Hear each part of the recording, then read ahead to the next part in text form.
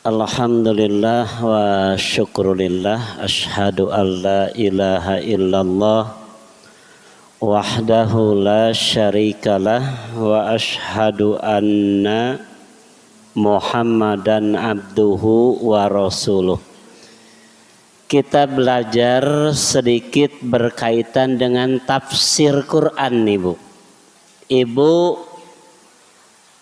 pegang makalah bagaimana makalah ini menjadi tafsir dari dua ayat di Quran. Yang bawa Quran boleh lihat surat Al-Baqarah ayat 27, Al-Baqarah ayat 27,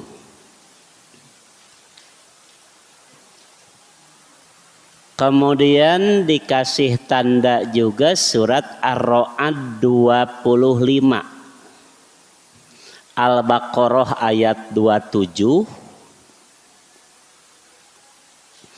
Kemudian Ar-Ra'd ayat 25. Ini makalah sudah Ibu pelajari. Cuma bagaimana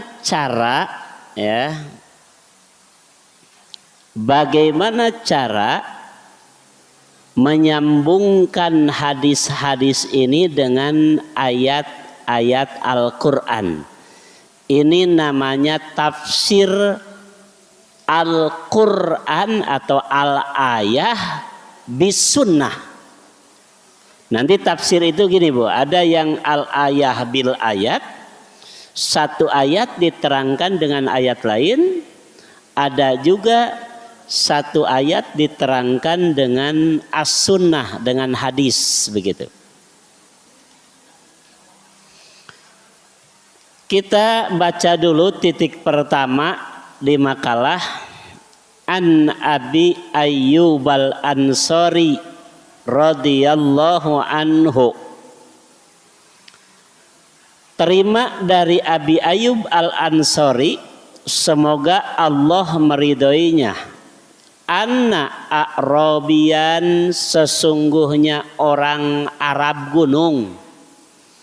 Arada lin Nabi sallallahu alaihi wasallam, dia datang menghadap Nabi sallallahu alaihi wasallam fi masirihi, di perjalanannya atau di satu perjalanannya. Pakola, lalu ia berkata, birni ma yuqarribuni minal jannah. Wahai Rasul, beritahukanlah kepadaku sesuatu yang bisa mendekatkan aku ke surga. Wa yubaiduni minan nari, dan menjauhkan aku dari neraka. Hoyong ka surga, alim ka neraka gitu. Apa amalnya? Qala, Nabi menjawab, ta'budullah wa la tusyriku bihi syai'a. Hendaklah kamu menyembah Allah dan jangan menyekutukannya dengan apapun. Satu. Wa tuqimus sholata, dan dirikanlah oleh kamu sholat yang 5 waktu yang pokok. Wa tu'tiyaz zakata, dan keluarkanlah oleh kamu zakat. Watasilur rohim, dan sambungkan silaturahmi. Nah ini Bu, yang saya tekankan di sini, orang yang ingin ke surga tidak mau ke neraka. Amalnya 4 Bu. Amalnya 4. 1, kamu menyembah Allah, jangan menyekutukan dengan apapun dan siapapun. 2, tuqimus sholata, kamu mendirikan sholat. 3, wa tu'tiyaz zakata, kamu mengeluarkan zakat. Yang keempat, wa tasilur rahim, dan menyambungkan silaturahmi, silaturahim. Sampai di sini dulu, Bu. Nah, baru Ibu lihat di surat Al-Baqarah ayat 27, Bu. Ini menerangkan betapa pentingnya orang menyambung silaturahmi.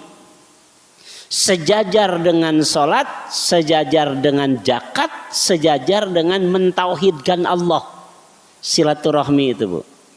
Coba lihat surat Al-Baqarah ayat 27. Ini di akhir ayat 26 ada kalimat wa ma yudillu bihi illal fasikin. Satu dah.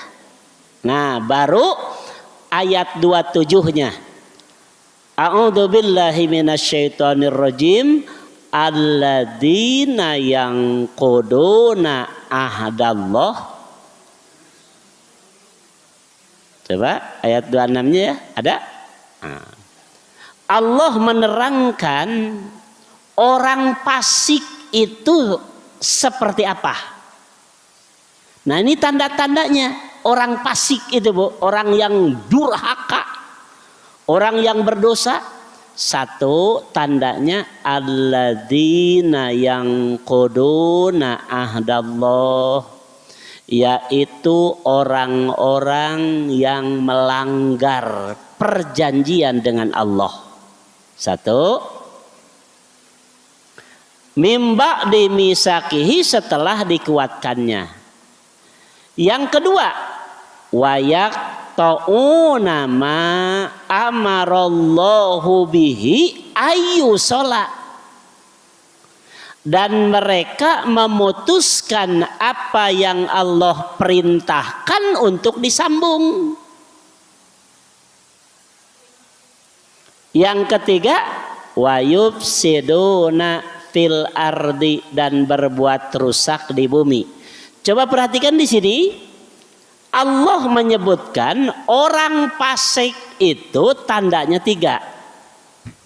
Satu, yang kuduna ahdallah mimba dimisakihi, melanggar perjanjian dengan Allah setelah dikuatkannya.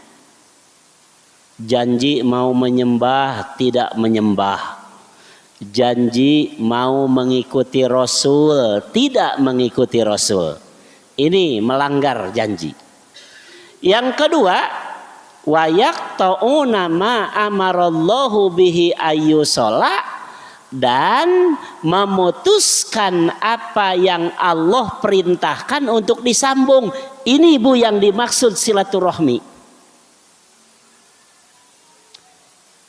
Di tafsir At-Tabari juz ke-1 di halaman 416, Qatadah mengatakan begini, yaqta'una ma amarallahu bihi ayyusala itu biqoti ati rohimin wal qorobah. Orang memutuskan apa yang Allah perintahkan untuk disambung itu maksudnya memutuskan silaturahmi dan memutuskan tali kerabat. Ini tanda orang fasik. Jadi Allah menyebutnya, jika orang tidak nyambung silaturahmi dengan kerabat, tidak nyambung silaturahmi dengan saudara, dia itu orang fasik. Nah, di akhir ayat itu, Bu, coba lihat di akhir ayat itu, ulaika humul khosirun, mereka itu orang-orang yang rugi. Ketika manusia melanggar perjanjian dengan Allah, tidak menyembah Allah, tidak mengikuti Rasul. Kedua, yaqta'una ma amarallahu bihi ayyusala, ae bikoti ati rohimin wal korobah, tidak menyambung silaturahmi dengan kerabat, maka mereka itu termasuk orang yang rugi, khosirun. Nah, kalimat khosirun ini diterangkan dengan surat Ar-Ra'd 25. Jadi orang yang putus silaturahmi itu dia menjadi manusia rugi, kata Allah. Dan Allah menyebutnya dengan sebutan fasik yang rugi. Rugi itu seperti apa? Nah, di surat Ar-Ra'd diterangkan, walladzina yanquduna ahdallah, dan orang-orang yang melanggar perjanjian dengan Allah, mim ba'di misakihi, setelah dikuatkannya, wa yaqta'una ma amarallahu bihi ayyusala, dan mereka memutuskan apa yang Allah perintahkan untuk disambung, yaitu menyambung silaturahmi dengan saudara, dengan kerabat. Wa yufsiduna fil ardi, dan mereka merusak di bumi. Nah, di akhir ayat itu, Bu, ulaika lahumul la'nah, mereka itu yang mendapatkan laknat, walahum su'uddar, dan bagi mereka adalah jahanam. Su'uddar itu yang dimaksud neraka jahanam. Coba perhatikan di sini, Bu. Orang yang memutuskan silaturahmi di surat Al-Baqarah Allah sebut dengan fasikun, orang berdosa. Ya. Dan hidup mereka itu pasti rugi. Lalu Allah menerangkan di surat Ar-Ra'd, ruginya orang yang putus silaturahmi itu: satu, mereka mendapatkan laknat di dunia, walahum su'uddar, dan bagi mereka tempat yang jelek di akhirat. Imam Al-Qurtubi menyebutkan wahuwa jahannam, yaitu neraka jahanam. Nah, inilah bahaya orang putus silaturahmi. Satu apa, Bu? Allah menyebutnya orang fasik. Dua, orang yang putus silaturahmi itu hidup dalam kerugian. Yang dimaksud rugi di ayat ini diterangkan di surat Ar-Ra'd ayat 25. Lahumul laknah, mereka dilaknat di dunia, walahum su'uddar, dan mereka disediakan neraka jahanam di akhirat. Bahaya sekali nih, Bu. Makanya di hadis yang ke-1, ketika orang Arab gunung bertanya, kalau aku ingin dekat ke surga, jauh dari neraka, apa syaratnya? Ta'budullah wa la tusyriku bihi syai'a. Satu, tuqimus sholah, mendirikan sholat. Tiga, tu'tiyaz zakat. Empat, tasilur rohim, menyambung silaturahmi. Jadi putus silaturahmi ancamannya neraka apa, Bu? Jahanam. Allah menyebutnya fasik. Hidupnya akan rugi. Allah sediakan di dunia laknat, di akhirat neraka jahanam. Nah, di bawah ini Rasul Shallallahu Alaihi Wasallam menjelaskan. Jadi ternyata putus silaturahmi itu dikecam dengan Al-Quran, dikecam juga dengan hadis. Bahaya, ini bahaya. Jadi putus silaturahmi itu benar-benar bahaya. karena Allah menyatakan rugi, laknat, jahanam, dan orangnya disebut fasik, sedangkan Rasul Shallallahu Alaihi Wasallam mengancam dengan 4 kerugian. Yang pertama kata Rasul, orang putus silaturahmi kena azab 2 kali.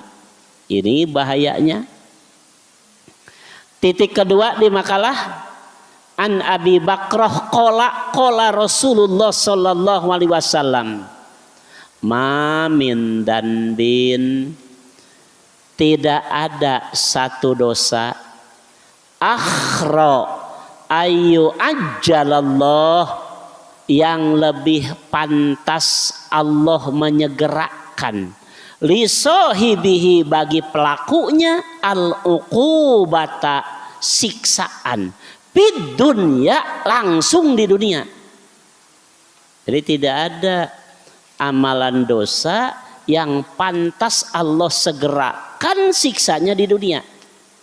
Ma'ama yudakhiru lahu fil akhirah, dan Allah menyediakan siksa juga di akhirat. Double ini Bu. Satu siksa dunia, juga siksa di akhirat. Apa dosanya? Min qati atir rohimi, satu, memutuskan silaturahmi, wal bagyi, dan melakukan dosa zina.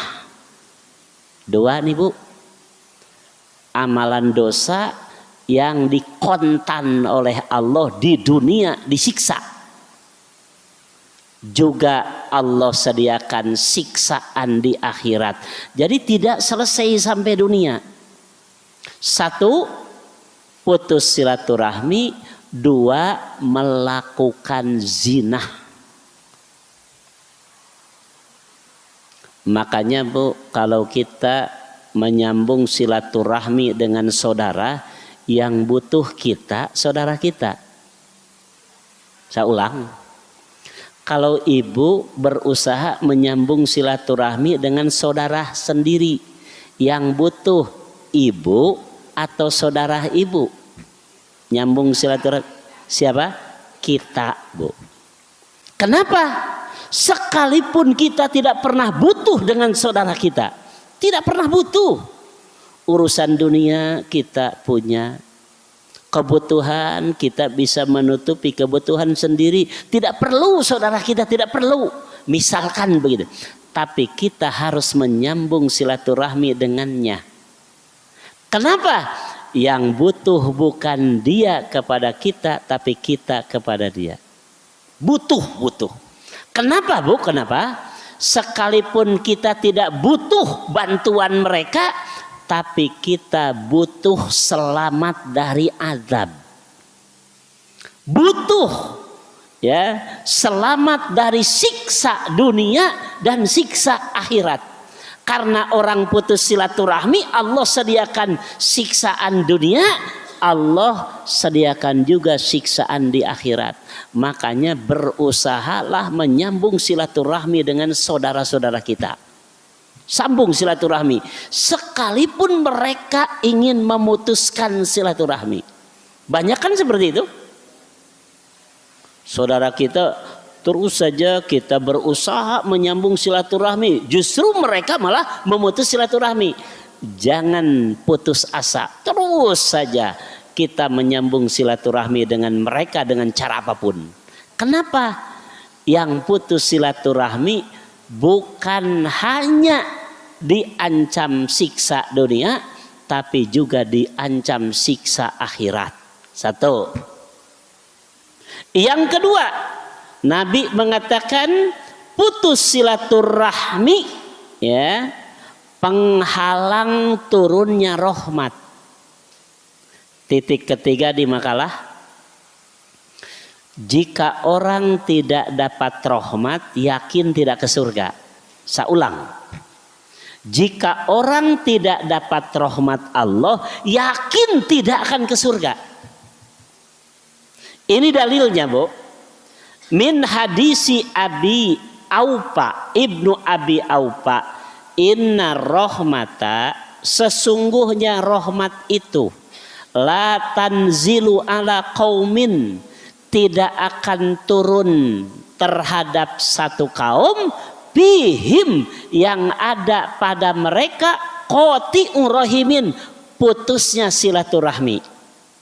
Makanya Bu, hati-hati di rumah, keluarga, di majlis-majlis taklim, tidak boleh ada istilah putus silaturahmi antara golongan yang ini dengan golongan yang ini. Oh iya mah da golongan si anu ngariung nate jeung anu we gitu. Oh iya mah grup nate grup anu ngariung nate jeung anu we. Jangan ada hal seperti itu. Tidak boleh. Kenapa? Putus silaturahmi antara kita dengan yang lain, maka ini menjadi penyebab terhalangnya turun rahmat Allah kepada kita. Karena Allah menyatakan rahmat tidak akan turun pada suatu kaum. Ini kaum Bu, ini kaum. Jika di satu kelompok seperti ini ada geng-gengan nih. Ini mah kelompok ini mah grup ini, begitu. Sampai grup ini dengan grup ini tidak mau nyambung, hati-hati. Rahmat tidak akan turun. Sedangkan Nabi pernah menyebutkan Bu, di hadis riwayat Al-Bukhari, Nabi menyebutkan la yudkhilu ahadun amaluhul jannah. Tidak ada seorang pun yang bisa masuk surga mengandalkan amalnya. Ketika para sahabat bertanya, ya Rasulullah, wala anta? Wala ana, kata Rasul, aku juga sama. Lalu orang mau ke surga bukan dengan amal, dengan apa? Nabi menjawab, illa ayyataghammadani Allah bimagfiratin wa rahmatin. Nah ini. Jadi manusia itu bisa ke surga hanya dengan magfirah dari Allah dan rahmat dari Allah, bukan dengan amal mereka, bukan.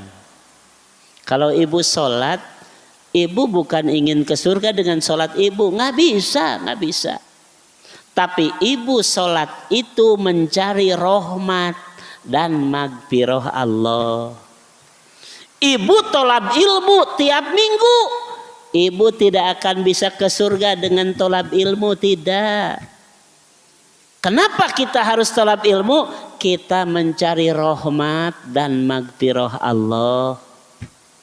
Ibu tahajud tiap malam, ibu tidak akan bisa ke surga dengan tahajud ibu, enggak.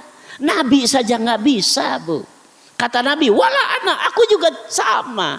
Gak masuk surga dengan amalku, kata Nabi.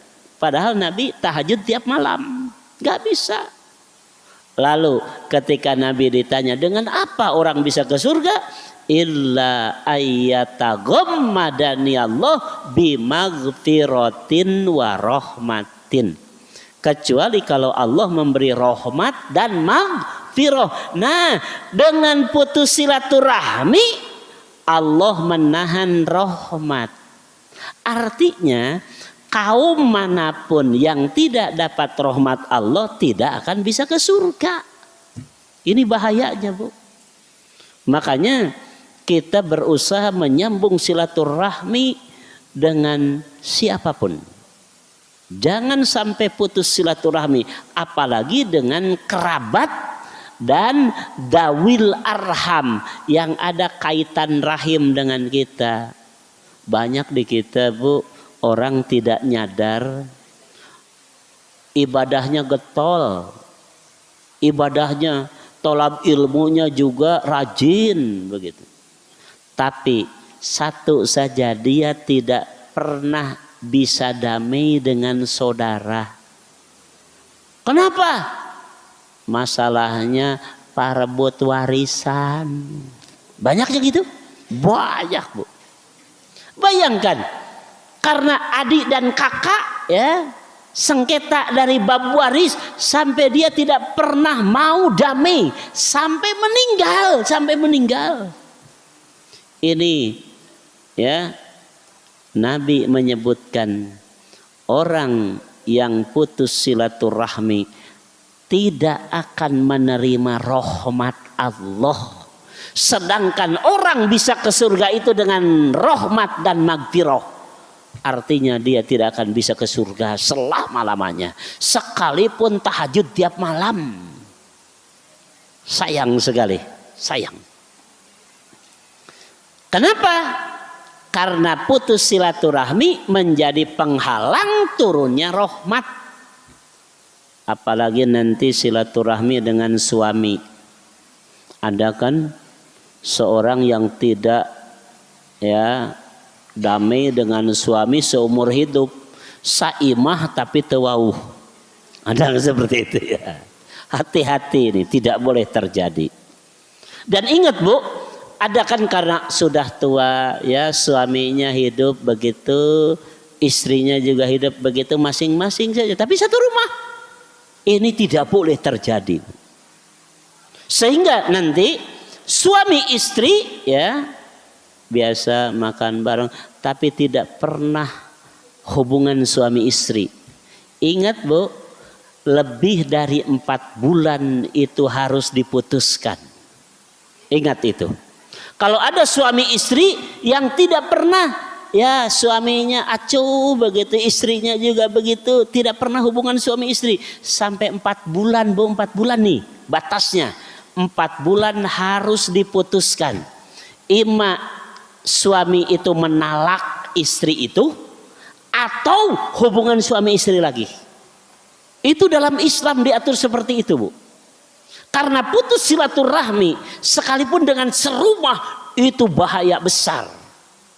Makanya dalam Islam diatur ketika suami ya acuh terhadap istri, istri harus nagih setelah 4 bulan. Kang abdi teh dek janten istri akang kene atau bapak kene atau abdi terek ditalak. Harus begitu. Kenapa? 4 bulan batasnya Bu. Tidak boleh terjadi lebih dari itu. Karena orang-orang jahiliyah lah yang melakukan itu. Dan Nabi melarang keras untuk terjadi di keluarga muslim dan muslimah. Yang ketiga Bu, putus silaturahmi penghalang makbulnya amal. Artinya ibu beramal apapun, amal ibu tidak makbul, tidak diterima Allah selama putus silaturahmi. Sayang sekali, ibu sholat gak ada artinya, ibu saum gak ada artinya Bu, ibu mengeluarkan infak sedekah gak ada artinya sama sekali. Sampai haji dan umroh ibu gak diterima Allah, gak diterima selama ibu putus silaturahmi. Makanya saya tadi katakan, kita menyambung silaturahmi dengan yang lain, bukan orang lain butuh kita lain, bukan, tapi kita butuh mereka agar bisa silaturahmi dengan kita. Kenapa?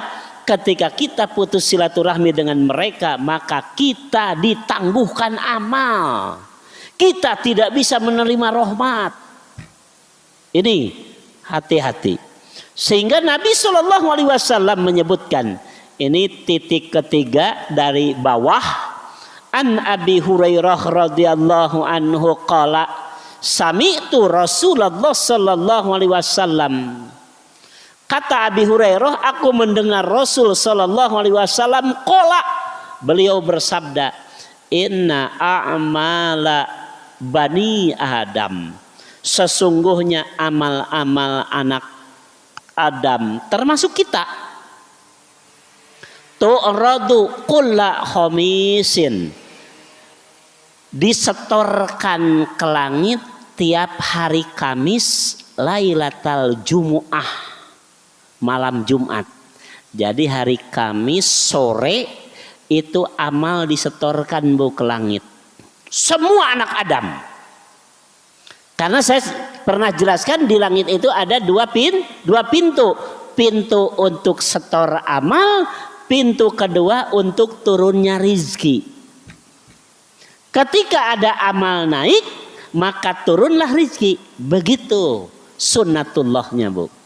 Ketika amalnya tidak bisa naik, maka rezeki tidak bisa turun. Makanya seringkali orang banyak hartanya tapi rezekinya ditahan Allah. Kenapa? Karena tidak ada amal yang bisa naik ke langit. Bahaya.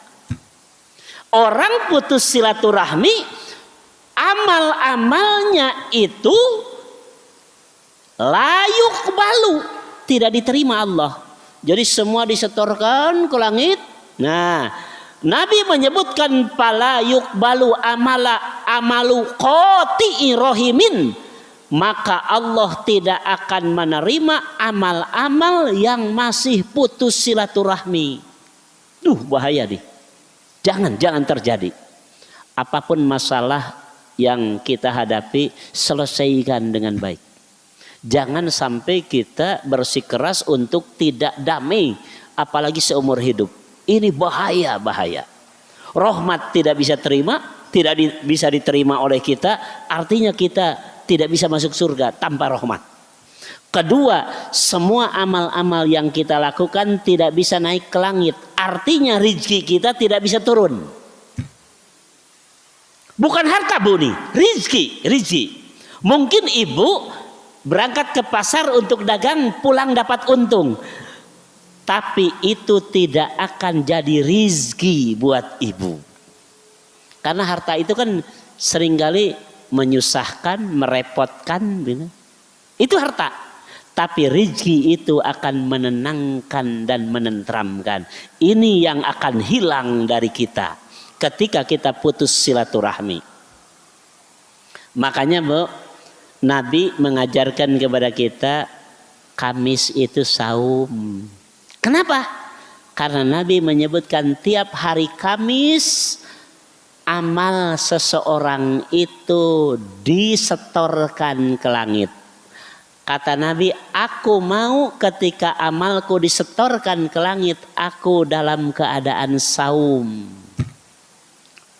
Nah, jika hari Kamis ditangguhkan nih, tidak bisa masuk, ditunggu sampai hari Senin, Bu.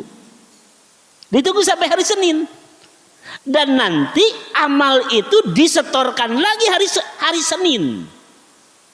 Ini hadisnya, titik kedua di makalah dari bawah. An Usamah bin Zaid.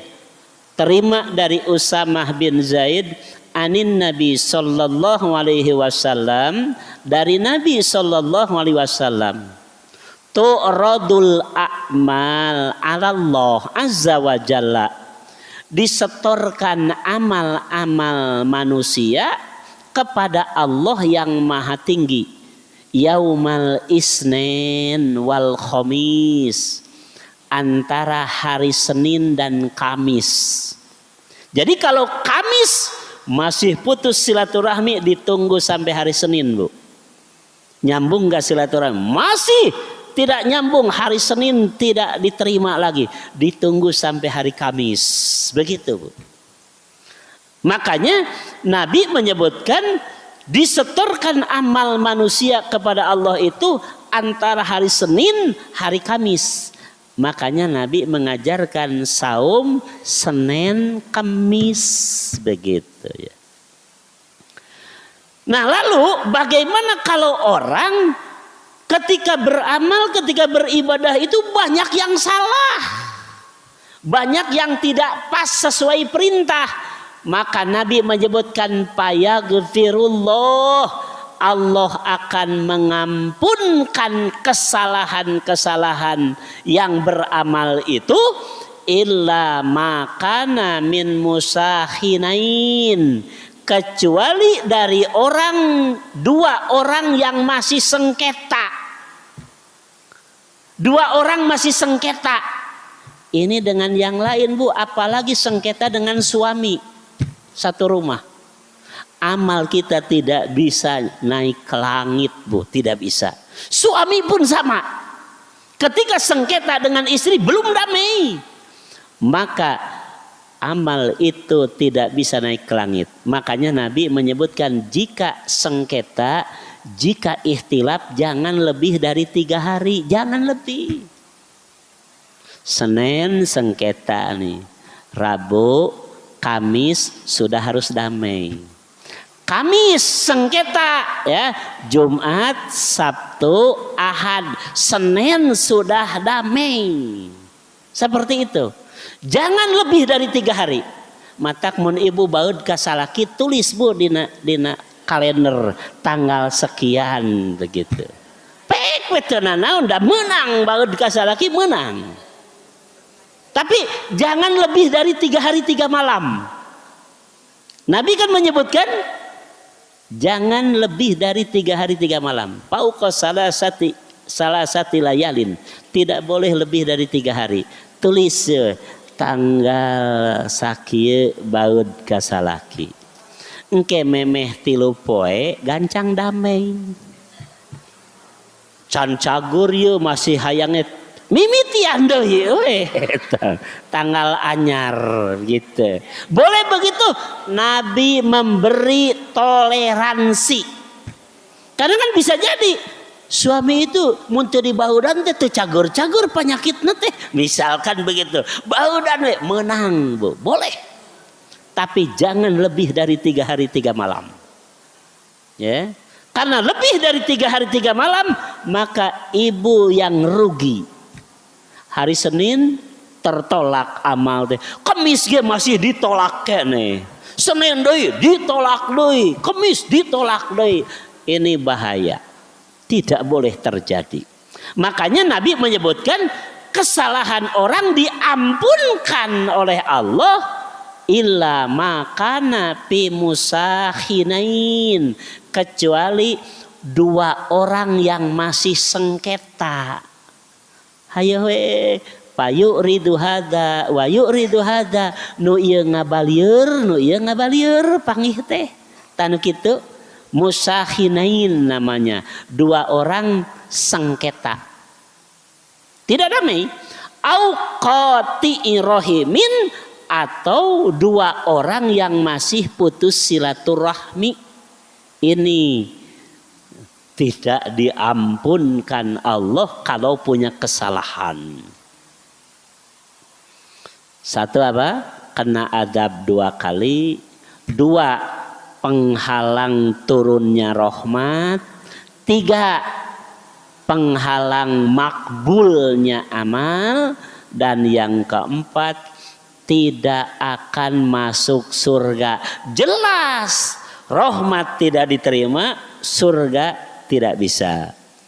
Amalnya tidak bisa setor ke langit, maka ia ditangguhkan untuk bisa ke surga.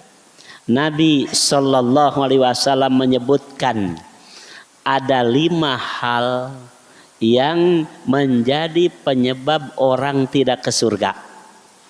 5 pelaku nih Bu.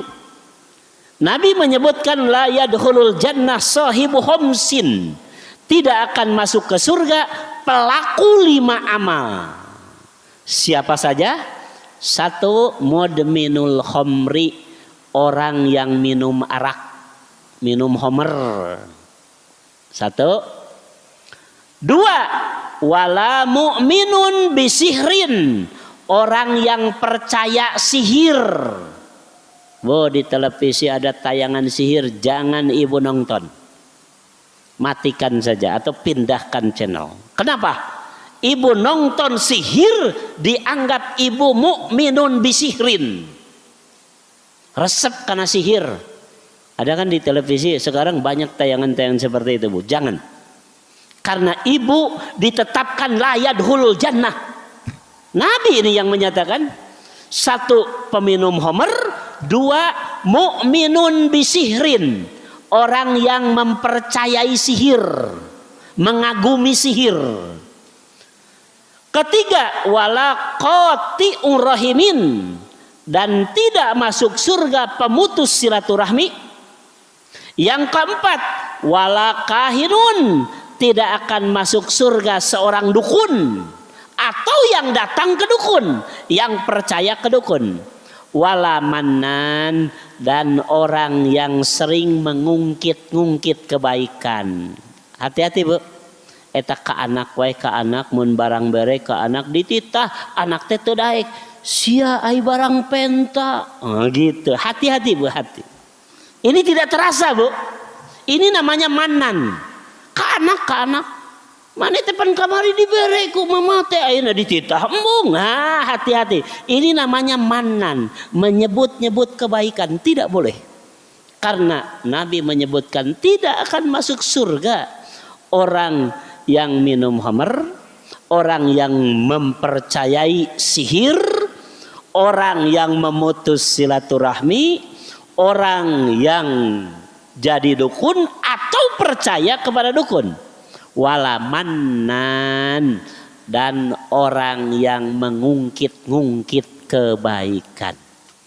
Inilah 4 kerugian yang diderita oleh siapapun yang putus silaturahmi.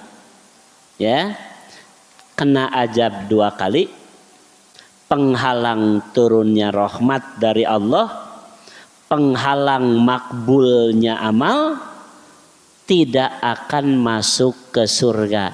Pantas kalau Allah menyebutkan di Qur'annya orang itu fasik dan ia disediakan laknat di dunia, di akhirat su'uddar, yaitu jahanam.